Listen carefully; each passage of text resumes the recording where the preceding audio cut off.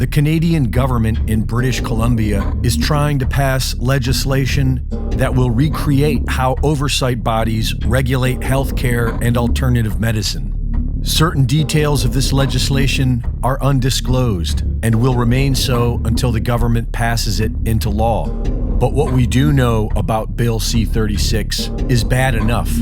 This bill gives the government of British Columbia the power to mandate vaccines for any illness the government so chooses. It gives the government the power to censor anyone who challenges their narrative on anything, allowing the government power to seize an individual's property, fine them for up to $200,000, and throw them in jail.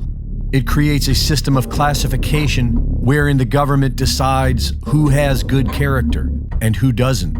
It redefines the meaning of informed consent.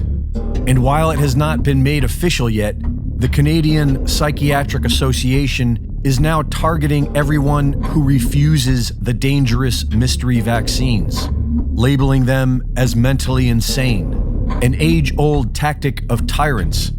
Throw the dissidents into mental asylums and medicate them. And you've talked about how even they recommend, perhaps psychiatric medication or something for people that don't want to take a vaccine. So this has come out recently out of the College of Physicians and Surgeons of Ontario.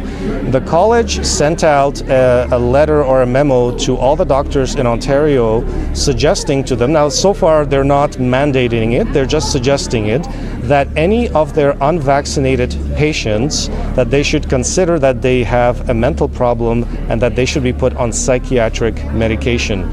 So far it's just a suggestion, but the College of Physicians and Surgeons of Ontario should not be making these kinds of suggestions. This is extremely unethical, and this is a very, very slippery slope.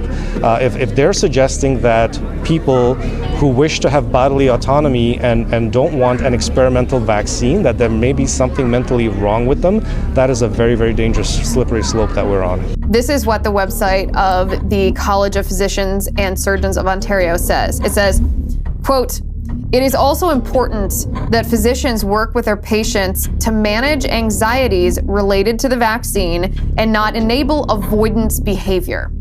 In cases of serious concern, responsible use of prescription medications and/or referral to psychotherapy are available options. Overall, physicians have a responsibility to allow their patients to be properly informed about vaccines and not have those anxieties empowered by an exemption."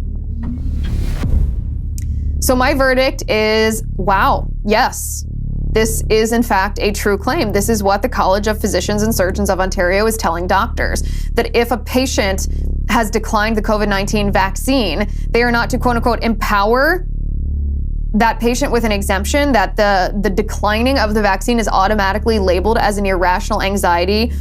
And the recourse for that in the eyes of this medical organization is prescription medications and or psychotherapy. They want to drug you to trick you into taking the COVID vaccine.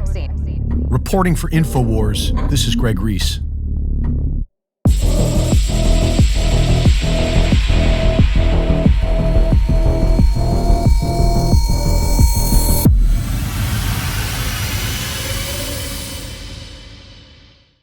Go to reesereport.com to sign up for my Substack, see my latest videos, and join me on Rockfin for news and analysis on the stories that matter every Friday night at rockfin.com/Greg Reese.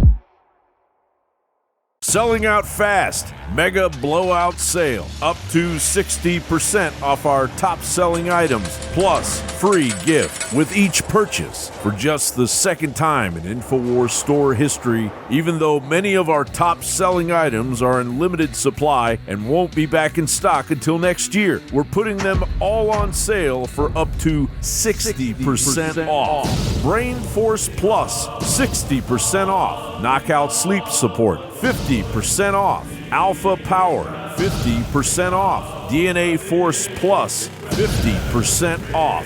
Free gift items will be chosen at random from our massive inventory and may include but are not limited to Koozies, flags, books, DVDs, stickers, sunglasses, paracords, coasters, RFID protection, and more.